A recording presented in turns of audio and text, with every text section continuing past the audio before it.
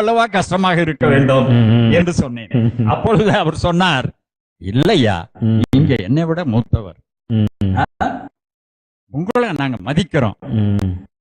அவங்கதான் என்னைய அந்த கல்லூரிக்கு துணை முதல்வராக ஆக்குவதிலே பங்கு வகித்தவங்க. அதையெல்லாம் நான் நினைத்து பார்க்கிற பொழுது எனக்கு ரொம்ப அவரிடத்துல ஒரு பாசம், பரிவு, ஒரு நேசம்.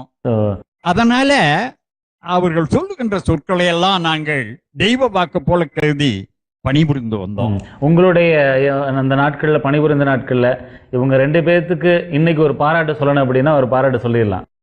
ஆமா, ஒரு அருட்தந்தைக்கும் இவங்களுக்கும் உங்களுடைய கல்லூரி நாட்கள் அனுபவங்கள்ல நிச்சயமா அதை கடந்து உங்க குடும்பத்துல ஒரு வேலை உங்களுக்கு ஒரு பிடித்தமான ஒரு நபர், எல்லாரையும் பிடிக்கும், அதுல எது கிடையாது. உங்களுடைய குடும்ப வாழ்க்கையில நீங்க எதுவுமே சொல்லாம அவங்களாகவே புரிந்து கொண்டு உங்களுடைய பிள்ளைங்கள புரிந்து கொண்டு வருவாங்க, வளர்ந்திருக்கக்கூடிய பிள்ளைங்க அப்படின்னா இன்னைக்கு நீங்க யார சொல்லலாம்? என்னுடைய பிள்ளைகளை பொறுத்தவரையில 5 பையன்கள், ஒரு மகள். யாருமே இதுவரைக்கும் தந்தை சொல் மிக்க மந்திரம் இல்லை என்பதற்கு ஏற்ப அவர்கள் எதுவுமே நான் சொன்னால் உடனே கேட்டு அதன்படி நடப்பார்கள். கோயில் காரியமா பங்கு தந்த என்கிட்ட சொல்லுவார். சொன்ன உடனே இப்போ நம்ம தந்தையார் பங்கு தந்த சொல்லி இருக்கிறார், நான் இவ்வளவு தொகை நான் பங்கு கொடுக்குறேன், நீ இவ்வளவு கொடுத்துரு, நீ இவ்வளவு கொடுத்துருன்னு என் மகனுக்கு சொன்னா உடனே அதே பிரகாரம் செய்து விடுவாரு. பொறுப்பு பகிர்ந்து கொடுத்துறீங்க. அளிக்கிறோம். நான் சொல்ல போனா ஃபாதர், எங்களுடைய குடும்பம் ஒரு தனி கூட்டு குடும்பம். அது என்ன தனி கூட்டு குடும்பம்? தனி கூட்டு குடும்பம் என்கிற பொழுது இந்த தொடரை பார்க்கிற பொழுது ஒரு வியப்பாகத்தான் தோன்றுகிறது. தனி என்றால் இருக்கிற இடம், வசிக்கிற இடம் தனித்தனி, வசிக்கிற இடம், அவர்களுக்கு வருமானம், அவர்கள் குடும்பத்தை நடத்துவது எல்லாமே அவர்களுடைய பொறுப்பு. அதுல நான் தலையிடவே மாட்டேன், அவரிடத்துல எதுவும் நான் கேட்டுக்கொள்ளவும் மாட்டேன். அவர்கள் விரும்பினாலும் கூட நான் அவரிடத்துல ஏதாவது புது காரியத்துக்கு தான் நான் ஒரு இடத்துல இதை செய்ய அதை செய்யும் சொல்வேன். ஏனென்று கேட்டால் கடவுள் எனக்கு ஆசீர்வதித்திருக்கிறார். அம்மாட்ட இப்ப ஒரு கேள்வி எனக்கு வருது. நீங்க தொடக்கத்திலே சொன்னீங்க, அருமையா சொன்னீங்க, என்னன்னா ஆசிரிய பணி இல்லைனாலும் பிள்ளைங்களை விசுவாசத்துல வளர்த்து எடுத்து அப்படிங்கிற ஒரு திருப்தி, அதை சொல்லும் பொழுதே என்ன சொல்றதுன்னு தெரியலங்கிற ஒரு சந்தோஷத்துல வேற சொன்னீங்க. ஸோ உங்களுடைய நீங்க எந்த ஜெபிக்கிற நேரம், எந்த நேரம், அல்லது எந்த இப்போ உதாரணத்துக்கு அந்தோனியாரா அல்ல யார்கிட்ட அதிகமா நீங்க ஜெபம் பண்ணிருக்கிறீங்க? நான் பொதுவா மாதா மூலியமா அவங்க மத்தவங்கள்ட்ட நான் பேசுவேன். முழு நேரமும் சொல்ல போனா நான் தனிமையா இருக்கிறதுனால ஐயா முழு நேரம் எழுதிட்டே இருப்பாங்க, ஏதாவது புக்கு இது பண்ணிட்டு இருப்பாங்க.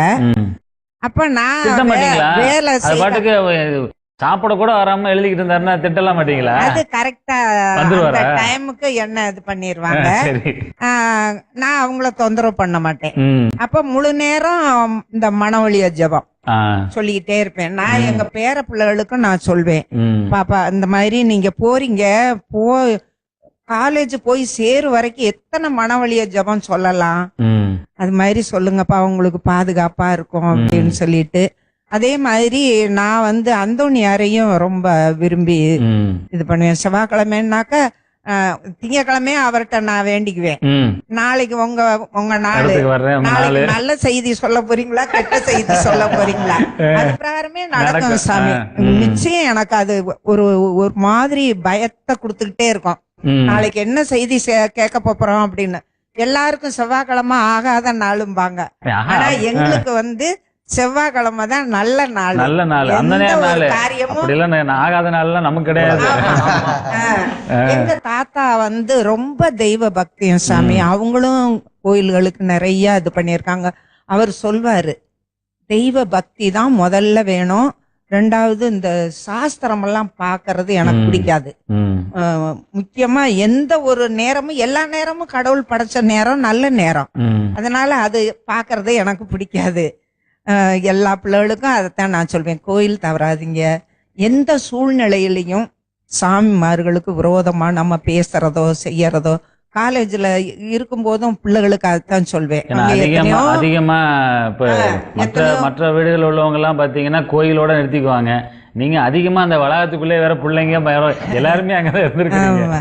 அது காலேஜ்ல படிக்கும் போதும் சொல்வேன், எந்த சூழ்நிலையிலையும் யார் பேச்சை கேட்டும் நீங்க சாமிமார்களுக்கு அந்த கல்லூரிக்கு விரோதமா போகக்கூடாது அப்படின்னு சொல்லி இந்த இவங்க போராட்டம் நடத்துறப்பெல்லாம் பல பேரும் ஏஐடி ரொம்ப தீவிரமா இருந்துச்சு சாமி. பிள்ளைகளை கூட சேர விட மாட்டாங்க.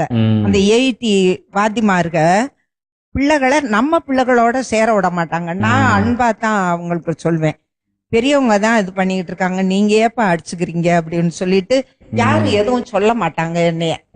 காலனியை பொறுத்த வரைக்கும் பிரிட்டோ காலனியில என் மேல ரொம்ப, ஏன்னா நான் சொல்றது எல்லாமே நியாயமா பேசுவேன். அதனால எல்லாரும் அவங்க பேசுறது கரெக்ட் அப்படின்னு தான் சொல்லுவாங்க. நீங்க நியாயமா பேசுறீங்கன்னு சொல்றதை விட குடும்பத்துல ஒரு பொறுப்புல இருந்து பேசுறீங்க. ஒண்ணு, இத்தனை மக்கள்ல பெத்தவங்க உங்களுக்கு நல்லது கெட்டது தெரியும் அப்படிங்கிறது எல்லாத்துக்குமே தெரியும். அதனால நீங்க பேசுற பேச்சு நியாயமா தான் இருக்கணும். அது சரிங்க சாமி. அது மாதிரி சில நேரங்கள்ல இவங்களுக்குள்ள ஏதாவது ஒரு சண்டைன்னா என்ன, ஒரு சின்ன இது குடும்பம்னா இருக்கணும் பேசுவாங்க. அப்ப இவங்க சொல்றாங்க, என்ன அப்படி அன்பு இளங்கோ சத்தம் கேக்குதே, நான் போய் கேட்கட்டுமா அப்படின்னு. வேண்டாம், அந்த பேச்சுக்கே இடம் கொடுக்காதீங்க. அவங்களா பேசி ஏதாவது அந்த இதுல நம்ம தலையிடக்கூடாது, அவங்க இதுல நம்ம தலையிடக்கூடாது. இன்னைக்கு வரைக்கும் சாமி எங்க மருமகளுக்கும் மாமியா சண்டைங்கிறது ஒரு துளி கூட கிடையாது. அதுக்கு ஒருவேளை காரணம் நீங்க பொறுமையா போயிடுறதோ? எதனாலும் அது நம்மள நம்பி வந்தவங்க, அதனால நம்ம பிள்ளை மாதிரி, நம்ம வீட்டுக்கு வந்தவங்க. ஆமா, நம்மள நம்பி வந்தவங்க, எது செய்தாலும் நம்ம அனுசரிச்சு போகணும் அப்படின்ட்டு நான் ஒண்ணும் கண்டுக்கல. அதனால எல்லாரும் இப்ப எங்க ரெண்டாவது மருமகன்னாக்கா ரொம்பவே ஒரு ஃப்ரெண்டு மாதிரி தான். எல்லா விஷயத்தையும் சொல்லும், எல்லா விஷயத்தையும் இது பண்ணும் ஓப்பனா. எங்க மூத்த மருமக கொஞ்சம் சை டைப், அதனால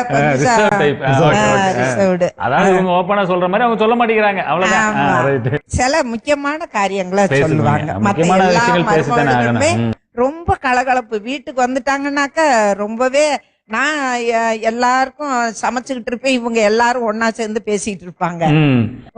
அப்படி எந்த நேரத்துல ஒன்று கூடுவீங்க? திருவிழாவா இல்ல ஏதாவது? இந்த மே மாசத்துல தான் சாமி, எல்லாருக்கும் லீவ் விடுறப்பதான், விடுமுறை நேரத்துல வந்துருவாங்க. கிறிஸ்மஸ் டைம்ல எல்லாம் மொத்தமா எல்லாரும் சாப்பாடு எல்லாமே சேர்ந்து ஒன்னா செய்வீங்க. அது ரொம்ப எங்க குடும்பம் ஆசீர்வதிக்கப்பட்ட குடும்பம். எல்லாம் சாமிக்கு தெரியும். சரி, ஏதாவது ஒரு நேரம் நீங்க வேண்டி அந்த விஷயத்தை கடவுள் கொடுத்திருக்கிறாரு அப்படின்னா அது என்ன விஷயம்? அது பிள்ளை பிறப்பா இருக்கலாம், பேர பிள்ளைங்க விஷயமா இருக்கலாம், மருத்துவ சம்பந்தப்பட்டது இருக்கலாம். எதுவோ ஒண்ணு நீங்க அந்த நேரத்தை இப்ப சொன்னீங்கல்ல, திங்கக்கிழமை நான் அடுத்து என்ன பெட்டிஷன் போடுவேங்கிறத மைண்ட்ல வச்சிருக்கேன். கோயிலுக்கு சும்மா எதேச்சியா பிரிட்டோ காலனில இருந்து எல்லாரும் போவாங்க சாமி, நானும் போவேன். அப்ப பொதுவா தான் வேண்டிக்குவேன், அந்தோனியாரே எங்க குடும்பத்துக்கு ஏதாவது நல்ல காரியங்க. கரெக்டா சாமி நான் போயிட்டு வீட்டுக்குள்ள வரும் பொழுது உங்களுக்கு நல்லாசிரியர் விருது கிடைச்சதுன்னு சொன்னாங்க. அது ஒரு இது. அப்புறம் ரெண்டாவது கோயிலுக்கு போயிட்டு வீடு நுழையிறப்ப ஒரு லெக்சரர் உங்க வீட்டுக்காரருக்கு வைஸ் பிரின்சிபால் பதவி கிடைச்சிருக்குது. இது எல்லாமே செவ்வாய்க்கிழமையில நடந்த சம்பவங்கள். கண்டிப்பா சாமி. அதனால எனக்கு அந்தோனியார் மேல ரொம்பவே பக்தி. நான் நிறைய எனக்கு செய்திருக்காரு. அதே மாதிரி எங்க பொண்ணுக்கு மாதா தான் டாக்டர். அதுக்கு ஒரு சின்ன ஒரு இது பிறவியிலேயே ஒரு இது டாக்டர்கள்லாம் நடக்காது அப்படின்னு சொல்லிட்டாங்க. நான் விடாம சகாய மாதா கோயிலுக்கு புதன்கிழமை அந்த குழந்தையும் தூக்கிக்கிட்டு பிரிட்டோ காலனில இருந்து சகாய மாதா கோயிலுக்கு நடந்தே போயிட்டு நடந்தே வருவாங்க. நம்ம திருச்சி உலகம் பாலக்கரையில இருக்கக்கூடிய நடந்தே போயிட்டு நடந்தே வந்துட்டு, உங்க பொறுப்பு உங்க பிள்ளை நான் ஒப்படைச்சிட்டேன், எந்த வழி விட்டாலும் சரி அப்படின்னு. இன்னைக்கு நல்ல நிலைமையில பிறந்த நாள் அன்னைக்கு நடந்துச்சு சாமி. அவங்களுடைய பிறந்த நாள் அன்னைக்கு நடந்தாங்க. புதன்கிழமை போயிட்டு ரொம்ப அலுப்பா குழந்தைய 1 வருஷம் ஆச்சு நடக்கலையே அப்படின்னு சொல்லிட்டு நிக்க வச்சுட்டு ரொம்ப மன வருத்தத்தோட இன்னும் நடக்காம இருக்குதே, என்ன செய்ய